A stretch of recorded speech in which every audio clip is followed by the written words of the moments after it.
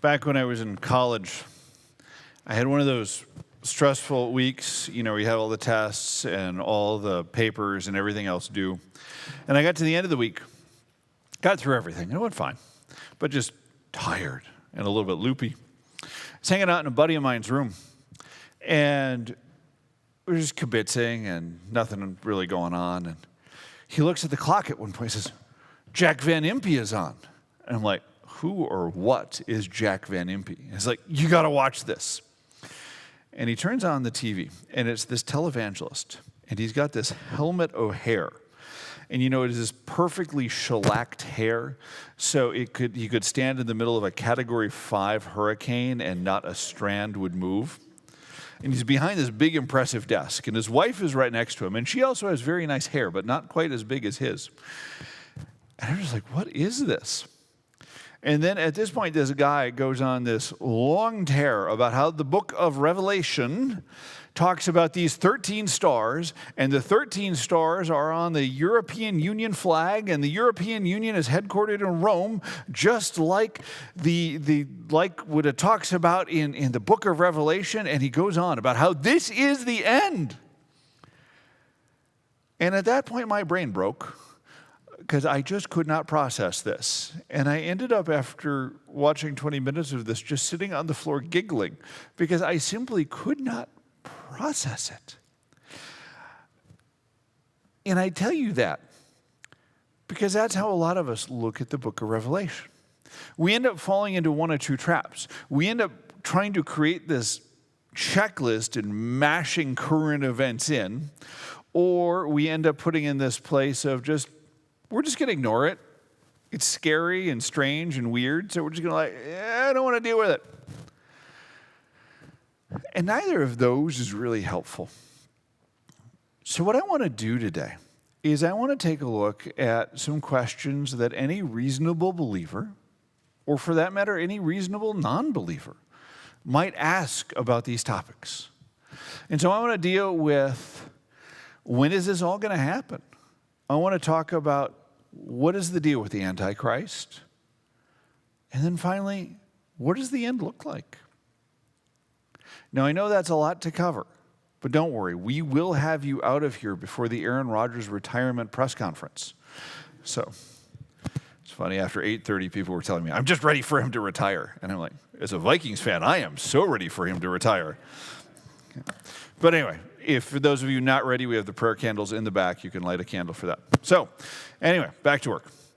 So let me show you this passage, Revelation 4:1. You remember a couple weeks ago, I started out and I said the key for understanding this book is in chapter 1, where it says, "To the 7 churches in Asia." This is another key hinge point for this, because in the first 3 chapters, we deal with these words, "to the churches in Asia." And then here what happens is in chapter 4, John is taken up into heaven. And then he's taken up. He says, "I saw a door standing in heaven, and the first voice, which I had heard speaking to me like a trumpet, said, 'Come up here, and I will show you what must take place after this.'" So John's taken from island of Patmos, where he is, up into heaven, and then he gets a series of visions of what happens in heaven, down on earth, back up in heaven, down on earth, back up in heaven. Now, it's important to remember and understand that this is not A, B, C, D, E, F, G sequentially.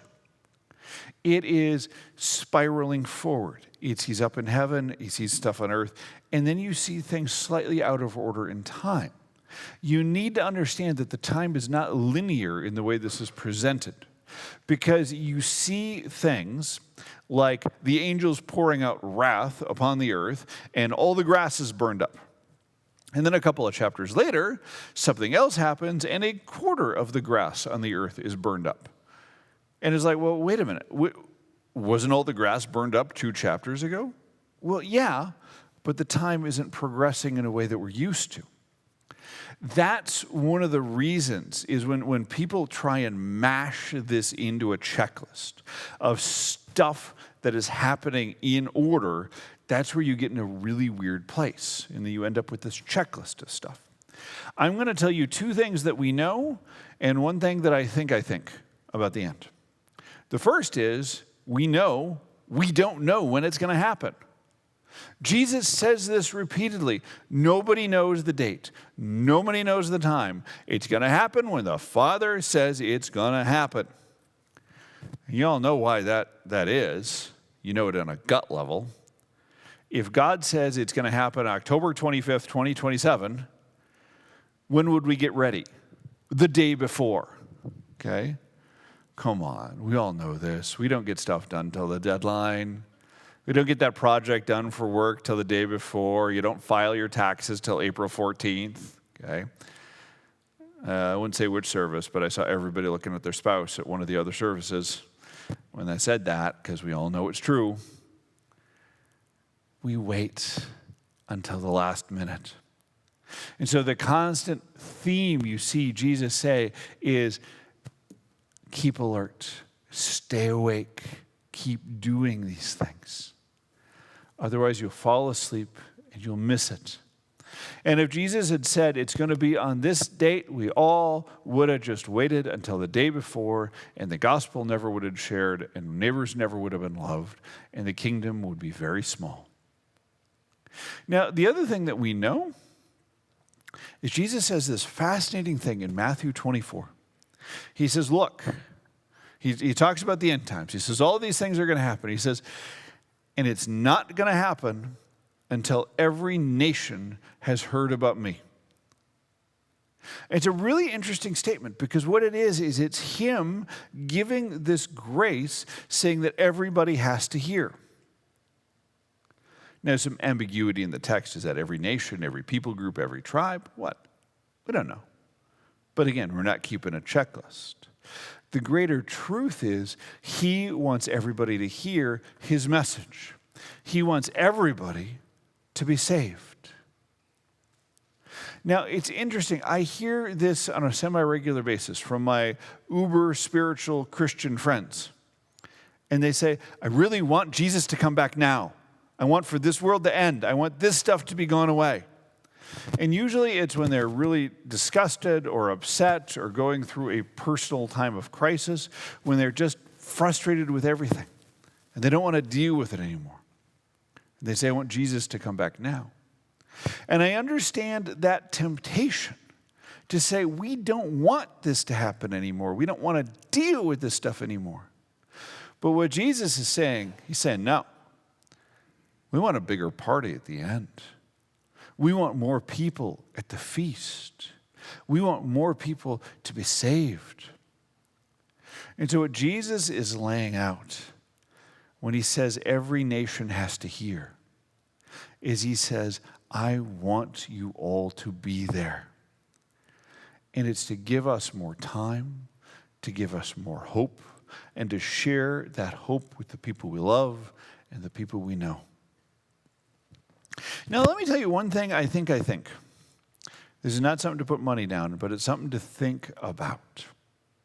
I met this Messianic rabbi a number of years ago. Sorry, should have muted my microphone there.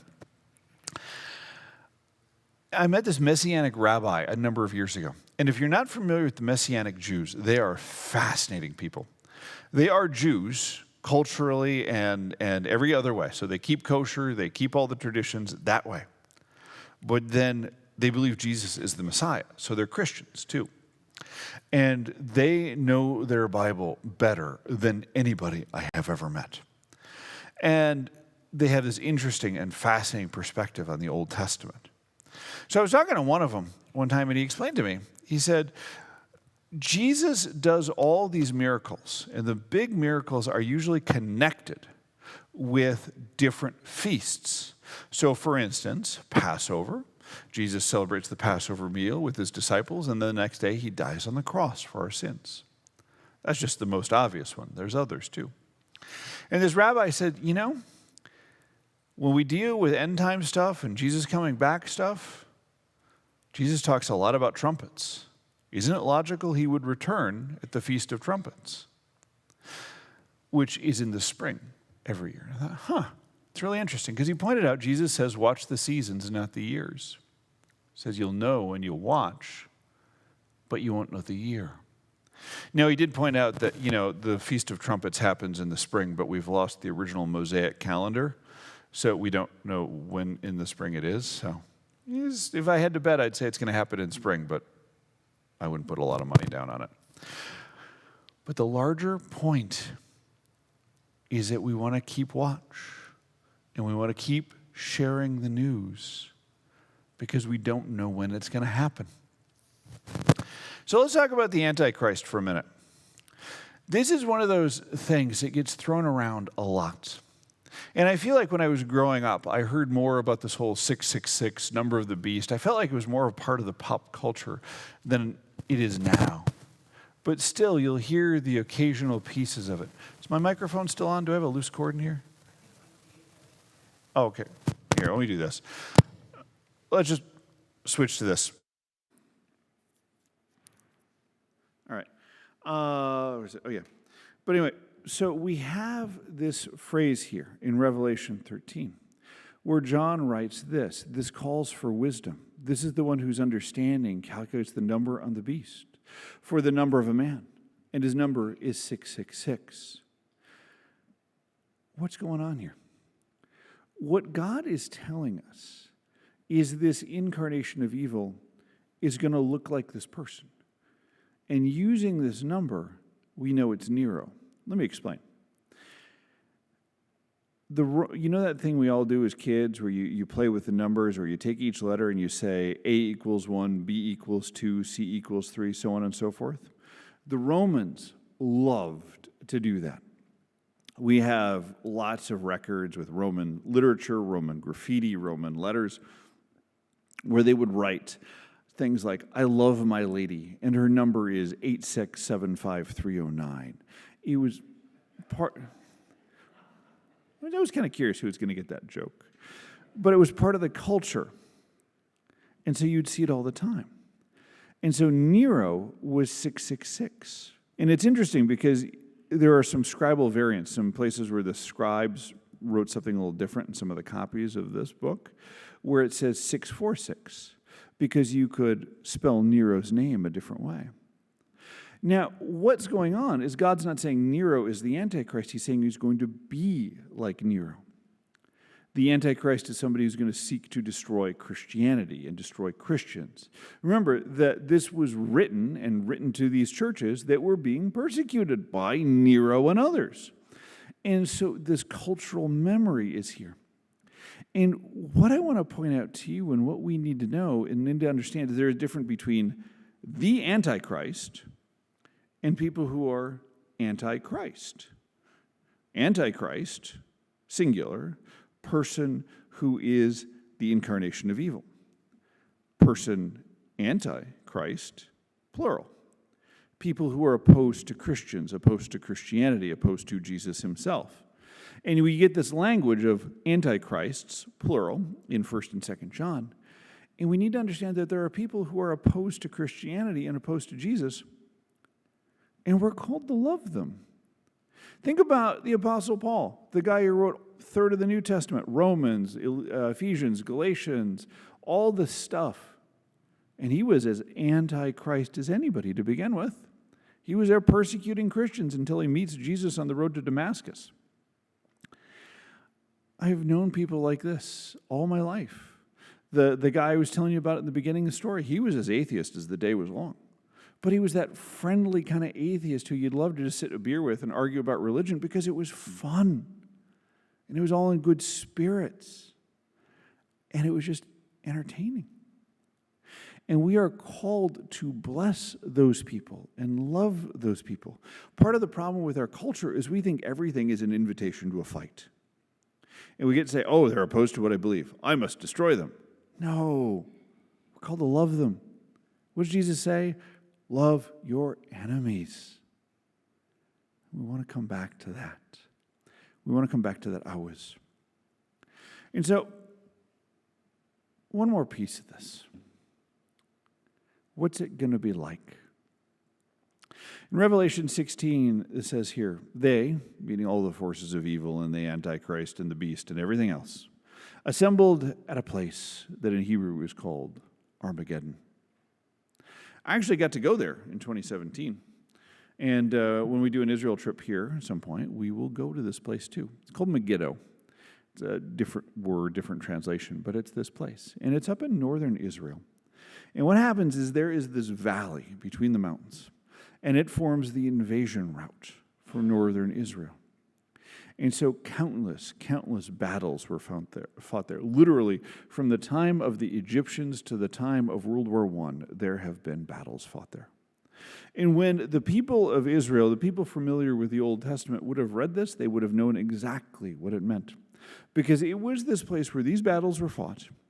And when the people of Israel followed God and they trusted in Him, they won. And when they said to themselves, we can do it on our own, or we'll create a alliance with the Egyptians, and we can just handle it without God, they lost. And so to everybody who is reading this, they're like, oh, we get it. When we rely on God, we win, or God wins, and we get taken along. When we try and do it ourselves, we lose. It's that simple. It's that cultural memory there for them. It is as deeply burned into their souls as the words of Gettysburg or Omaha Beach or any of those places are for us. And with that layer of understanding that this is who God is. So why does this book exist? What is this all here for? It's here so we understand what's going on.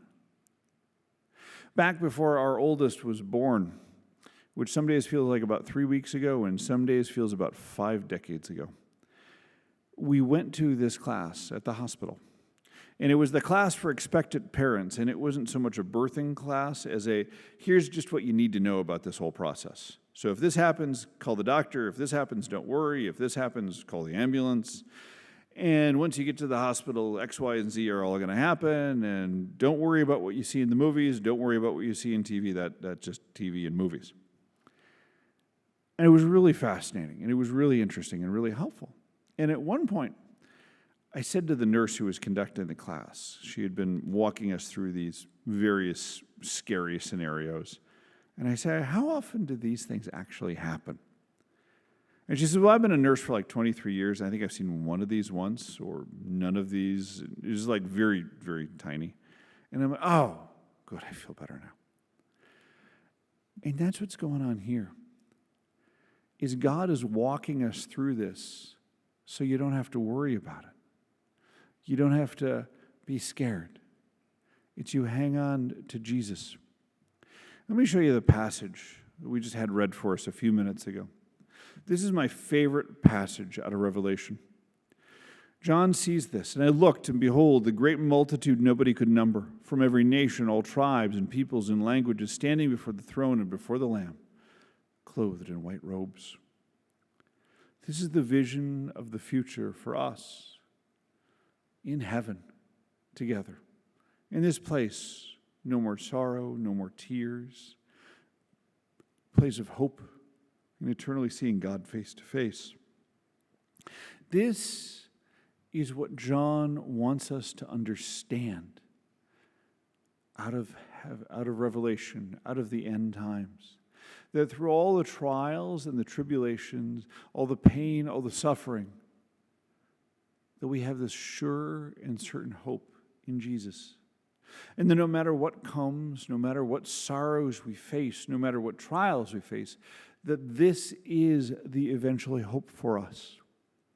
It is the reassurance in the face of suffering, the beauty and the joy amongst the tears, and knowing that just as Jesus died for our sins, we too shall live a new life and be raised to new life through him. Amen.